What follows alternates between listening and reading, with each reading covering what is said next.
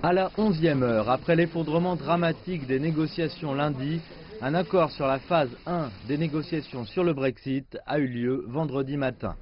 La Commission européenne dit que des progrès suffisants ont été réalisés sur les 3 sujets de discorde principaux.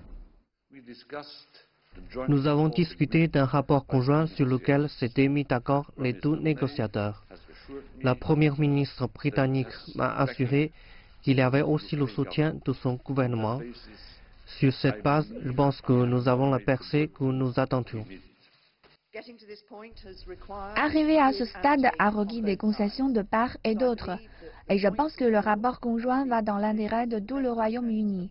Je salue grandement la perspective de pouvoir aller de l'avant sur le commerce et la sécurité, et de discuter de manière positive et ambitieuse de l'avenir de notre relation qui soit dans notre intérêt. Après avoir rencontré la première ministre britannique, le président du Conseil de l'UE, Donald Tusk, a confirmé qu'il recommandait l'ouverture de négociations commerciales aux dirigeants de l'UE lors de leur sommet de la semaine prochaine. Mais il faudra travailler encore pour trouver des solutions uniques à la question de la frontière irlandaise pour éviter une frontière dure entre Irlande du Nord et la République. Et la première ministre britannique, tout en disant qu'un accord favorable aux contribuables britanniques avait été signé avec l'UE, a refusé de donner un chiffre définitif.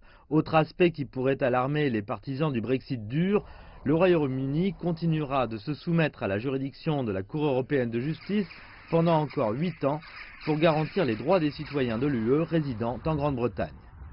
Pourquoi 8 ans?